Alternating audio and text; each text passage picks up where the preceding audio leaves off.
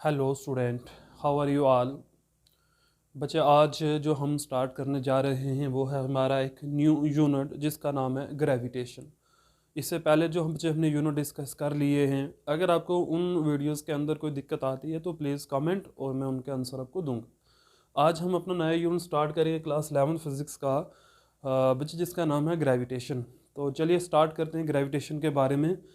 जैसे ही बच्चे हम ना ग्रेविटेशन की बात करते हैं तो हमें हमारे माइंड में ना एक नाम आ जाता है फ़ौरन ही। जैसे ही हम ग्रेविटेशन की बात करते हैं तो बच्चे वो एक नाम क्या है, वो वेरी फेमस नाम है जिस नाम को हम कहते हैं सर इसाक न्यूटन। एक नाम हमारे माइंड में आता है जैसे ही हम ग्रेविटेशन की बात करते हैं, तो वो नाम है हमारे पास सर इसाक न्यूटन का। एक्चुअल में क्यों ये नाम हमारे माइंड्स में आता है, तो बच्चे इसका रीज़न ये है बिकॉज ग्रेविटेशन की जो डिस्कवरी है ना, ग्रेविटेशन जो डिस्कवरी की थी वो सर इसाक न्यूटन ने ही की थी। अब ये ग्रेविटेशन होता क्या है, पहले बच्चे इसकी हम बात कर लेते हैं, फिर हम आगे को मूव करेंगे further.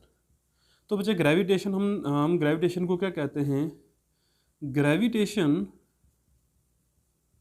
Is the force of attraction. Gravitation actual में कुछ नहीं है, क्या है? Is the force of attraction. एक फोर्स है, force of attraction, force of attraction between any two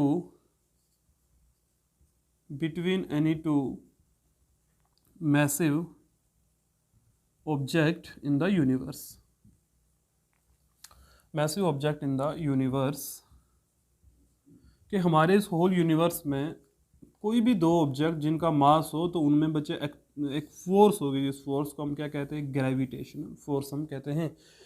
तो ग्रेविटेशन वर्ड जो है ये कुछ नहीं है, बस ये एक फोर्स है। और फोर्स भी कौन सी बच्चे याद रखना है आपने, ये फोर्स है एक्चुअल में अट्रैक्शन फोर्स है। हमेशा दो ऑब्जेक्ट में जिनका मास हो उनमें कौन सी फोर्स होती है? Gravitation force. ये किसने कहा था? ये सर इसाक न्यूटन ने कहा था बच्चे, ये आपने याद रखना है। अब बच्चे स्पेशल चीज़ एक आपने याद रखनी है यहाँ पर, वो है मैसिव ऑब्जेक्ट। मतलब क्या हुआ कि इस यूनिवर्स में जिनका मास है, विदाउट मास किसी के पास ग्रेविटेशन फोर्स नहीं होगी। जो भी ऑब्जेक्ट इस यूनिवर्स में मास लेकर चल रहे हैं उनमें कौन सी फोर्स है? ग्रेविटेशन फोर्स होगी। तो ये एक पॉइंट आपने याद रखना है कि ग्रेविटेशन फोर्स इस मैसिव ऑब्जेक्ट के बीच में ही होती है। बच्चे मैसिव जो है मास का प्लूरल फॉर्म है, ठीक है। And number third thing is attraction.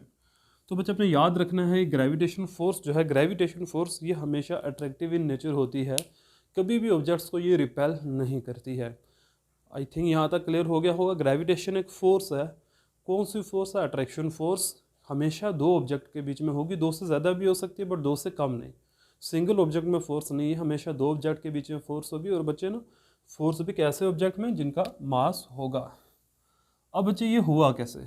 Number one thing तो हो गया, ये पता कैसे चला ग्रेविटेशन के बारे में। तो बच्चा आपने एक फेमस थ्योरी ना, एक फेमस वो हम कहते हैं क्यूट सुन के रखा हुआ है कि जो सर इसाक न्यूटन था ये कहाँ पर बैठा था? एप्पल के पेड़ के नीचे।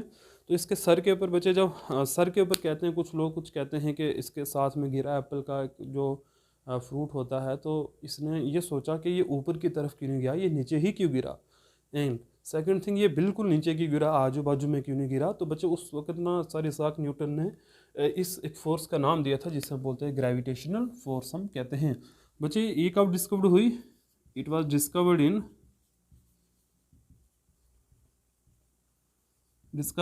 1665 में डिस्कवर्ड हो गई थी, ग्रेविटेशनल फोर्स डिस्कवर्ड हुई। अब बच्चे अगर हम इस फोर्स की बात करें ना, तो जैसा कि हमने चार फंडामेंटल फोर्सेस डिस्कस करी थी, ग्रेविटेशनल, इलेक्ट्रोमैग्नेटिक, वीक और स्ट्रांग न्यूक्लियर फोर्स। उन सारों में से सबसे वीक फोर्स हमारे पास कौन सी? ग्रेविटेशन फोर्स रहती है। तो हम यहाँ पर बच्चे क्या लिखेंगे? It is the weakest force in the universe. It is the weakest force in the universe. पूरे यूनिवर्स में सबसे वीक फोर्स जो है वो बच्चे यही है। इसके बावजूद भी इसका एक ग्रेट सिग्निफिकेंस है बच्चे, इसके एक अपनी जगह में ग्रेट इंपॉर्टेंस है इसकी। वो क्या है? देखो, सबसे पहली बात तो ये एक वीकेस्ट फोर्स है। और बच्चे इसकी इंपॉर्टेंस क्या है वो देखो। बर्थ ऑफ स्टार जो हैं, बर्थ ऑफ स्टार बच्चे हमारे पास हो गया, ठीक है ना। बिग बैंग थ्योरी की अगर हम बात करें तो वो भी इसी में बच्चे आ जाएगी। बिग बैंग थ्योरी जो है, इसमें बच्चे तो सभी कुछ कवर हो गया। एंड अगर हम बात करें पूरे यूनिवर्स को चलाने वाला, कंट्रोल करने वाला, and controlling the whole universe, controlling the whole universe, controlling the universe कौन कर रहा है बच्चे, किसकी वजह से हो रहा है ये, ग्रेविटेशनल फोर्स के कारण हो रहा है। मैं आपको एक छोटी सी एग्जांपल देता हूँ बच्चे, जो हम ये कहते हैं कि प्लैनेट्स जो हैं सन के अराउंड घूम रहे हैं, किस फोर्स के कारण घूम रहे हैं भाई, ग्रेविटेशनल फोर्स के कारण घूम रहे हैं। दिन और रात बन रहे हैं, किस फोर्स के कारण बन रहे हैं बच्चे, ये ग्रेविटेशनल फोर्स के कारण बन रहे हैं। है तो सबसे कमज़ोर है लेकिन इसका काम सबसे बच्चे बड़ा रहेगा हमारे पास। तो बच्चे थोड़ी सी ये ब्रीफ इंट्रोडक्शन थी ग्रेविटेशन के बारे में। अब हम चलते हैं बच्चे, एक फेमस आपने लॉ पढ़ा होगा, यूनिवर्सल लॉ ऑफ ग्रेविटेशन। मतलब फोर्स तो है दो ऑब्जेक्ट के बीच में, अब ये होगी कितनी और हम इसको कैलकुलेट कैसे कर सकते हैं। तो इसके लिए हमारे पास एक लॉ है बच्चे जिसको हम क्या कहते हैं, यूनिवर्सल लॉ ऑफ ग्रेविटेशन। तो चलिए वो हम स्टार्ट करते हैं।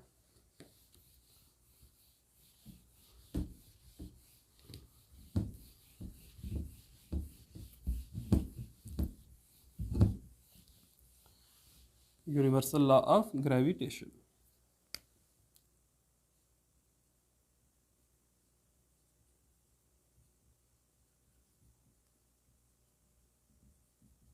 Universal law of gravitation, universal law of gravitational force भी बच्चे हम इसको कहते हैं। सिंपल आप ऐसे याद रखो, ये क्या लॉ है बच्चे, देखो ये लॉ कहता है अगर आपके पास यूनिवर्स में कोई भी दो ऑब्जेक्ट हैं जिनका कुछ मास होगा, लेट अस सपोज मेरे पास एक ऑब्जेक्ट ए है जिसका मास कितना है m1 है, कुछ दूरी पर एक ऑब्जेक्ट बी है जिसका मास बचे, और बी ऑब्जेक्ट का मास कितना है m2 है। इन दोनों के बीच की जो दूरी है बच्चे उसको ना हम कैपिटल आर से रिप्रेजेंट कर देते हैं, स्मॉल आर से ही करेंगे। तो इन दोनों ऑब्जेक्ट के बीच की दूरी बच्चे कितना है, स्मॉल आर। अब ये यूनिवर्सल लॉ ऑफ ग्रेविटेशन क्या कहता है, जो फोर्स इन दोनों ऑब्जेक्ट के बीच में होगी वो होती कितनी है, वो फोर्स ऑफ अट्रैक्शन कितनी होगी। ठीक है, देखो बच्चे दोनों का मास है तो ग्रेविटेशनल फोर्स होगी ही होगी। अब वो फोर्स कितनी होती है हमें उसकी बात करनी है। अब हमें देखो स्टेटमेंट इसकी क्या रहेगी, स्टेटमेंट इसकी स्टेटमेंट बच्चे क्या कहता है, एवरी मैसिव ऑब्जेक्ट, या आप बच्चे ऐसे लिखो every object in the universe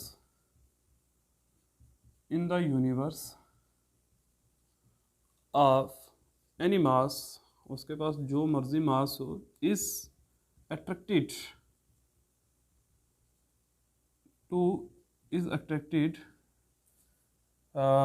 another object in the universe।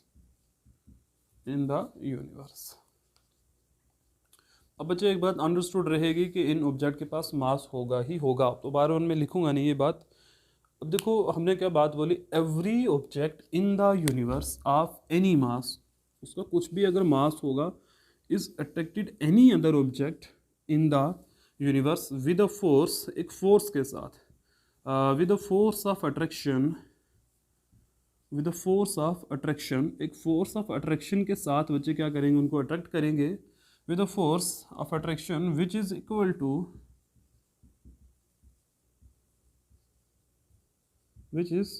To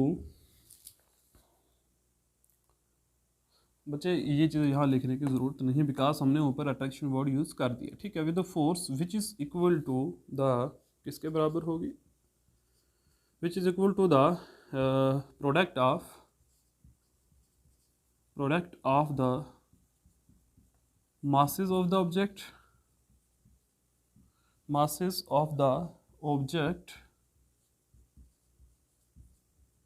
and which is equal to the product of the masses of the object। अच्छा अब यहाँ पर ऐसे ले तो which is directly proportional, ये ज़्यादा अच्छा रहेगा हमारे पास, हाँ, which is directly proportional to the product of their masses, product of the masses of the object, okay, and inversely proportional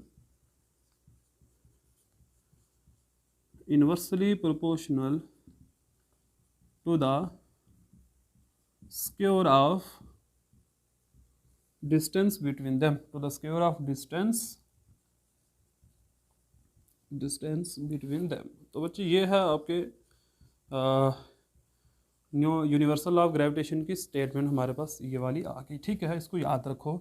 ये क्या कहता है, every object in the universe of any mass attracted any other object in the universe with a force which is directly proportional to the product of the masses of the object and inversely proportional to the square of distance between them। तो बच्चे ये है universal law of gravitation की statement हमारे पास आ गई। अब बच्चे यही जो फोर्स है ना, ये जो फोर्स है, इस फोर्स को हम कौन सी फोर्स कहते हैं, gravitational force. The force of attraction, the force of attraction is known as क्या कहते हैं बच्चे इसे हम, is known as gravitational force. Gravitational force हम इसको कहेंगे। ओके, ये आपको याद रखना है यहाँ तक। ओके बच्चे, यहाँ तक आप भी करिए, फिर आगे मूव करते हैं।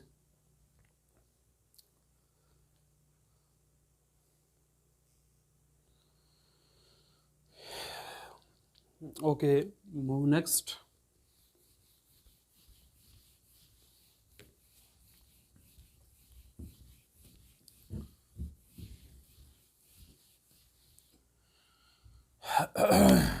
This is M1, this is M2. Okay, consider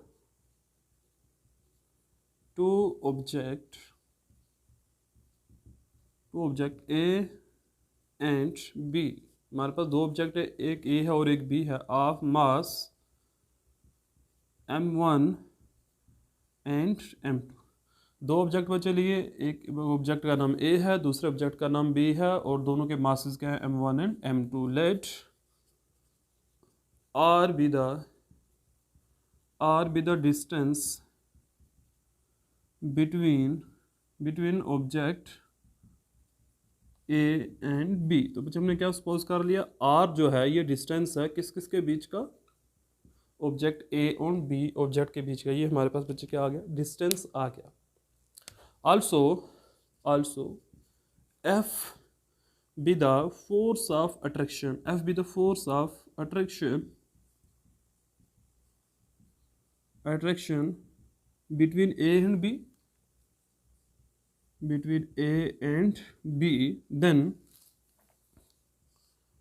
then according to Newton law of gravitation, बच्चे इस लॉ का दूसरा नाम क्या है, इसको ना न्यूटन लॉ ऑफ ग्रेविटेशन भी कहते हैं। ठीक है, ये दोनों नाम इन लॉ के याद रखो। तो बच्चे ये क्या कहते हैं, जो फोर्स होगी F, ये डायरेक्टली प्रोपोर्शनल होगी किसके, M1 इंटू M2 के। ठीक है, मतलब product of the masses. Number second thing is what, this F is inversely proportional to the distance जो बीच का बचे उसका क्या आपको करना है, स्क्वायर करना है। तो ये सेकंड थिंग आ गई हमारे पास। ठीक है, तो बच्चे ये है मेन थिंग कि फोर्स जो है डायरेक्टली प्रोपोर्शनल होगी प्रोडक्ट ऑफ द मासेस पर, और इनवर्सली प्रोपोर्शनल होगी distance of square between the, मतलब आर के स्क्वायर के इनवर्सली प्रोपोर्शनल ये होगी। यहाँ पे बच्चे देखो हम इसको कंबाइन करेंगे, अब दोनों इक्वेशंस को combine. Equation first and second, what we get, F is proportional to M1 into M2 divide by R का स्क्वायर। इसको बच्चे हम क्या लिख सकते हैं, F is equal to capital G into M1 into M2 divide by R का square. ठीक है, मैं ये रब कर रहा हूँ बच्चे। इसको हम इक्वेशन नंबर थर्ड सपोज करेंगे। ठीक है, equation third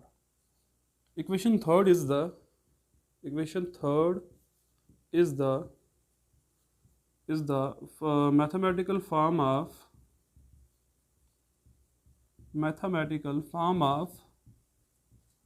universal law of gravitation, या simply Newton law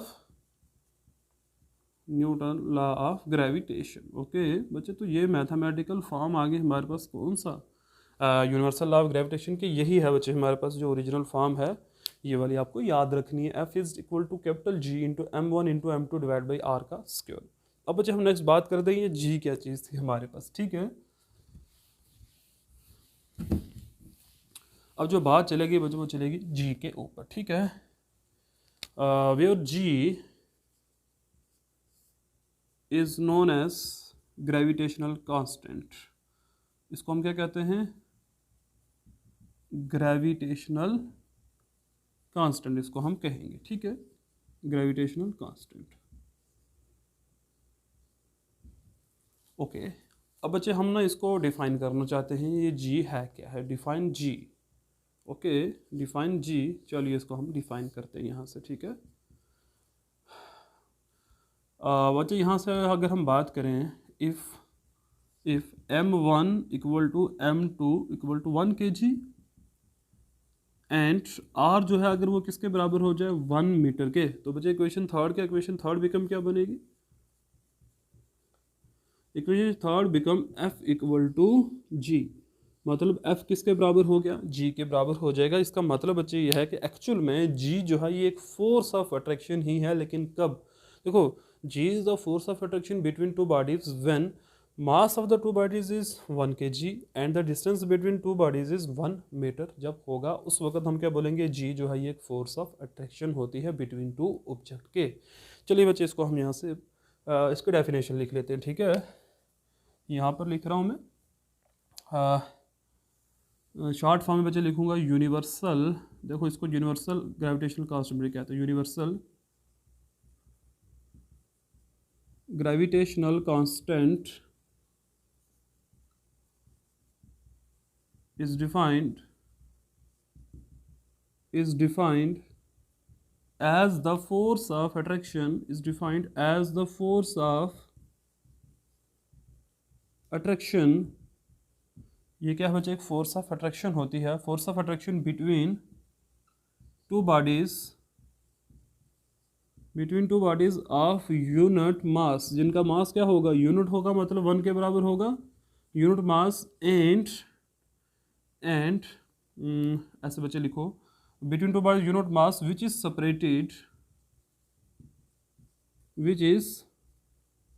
separated by a unit distance।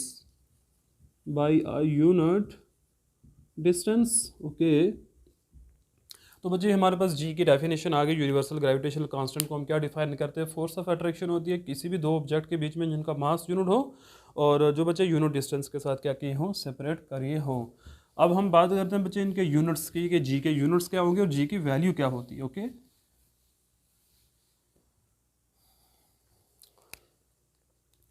एक चीज़ बच्चे अपने याद रखनी है, ये जो जी है ना,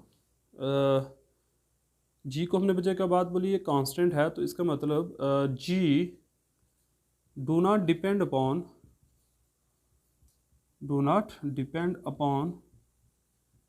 एनी मीडियम, किसी भी मीडियम के ऊपर डिपेंड ये नहीं करता, ठीक है ना। साइज ऑफ ऑब्जेक्ट हो गया एंड शेप के ऊपर बच्चे इसकी कोई डिपेंडेंस नहीं रहती है। इट्स वैल्यू इज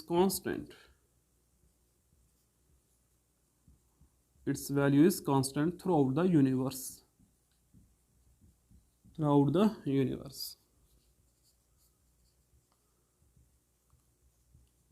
अच्छा जी, नंबर सेकंड, वैल्यू है क्या बच्चे इसकी?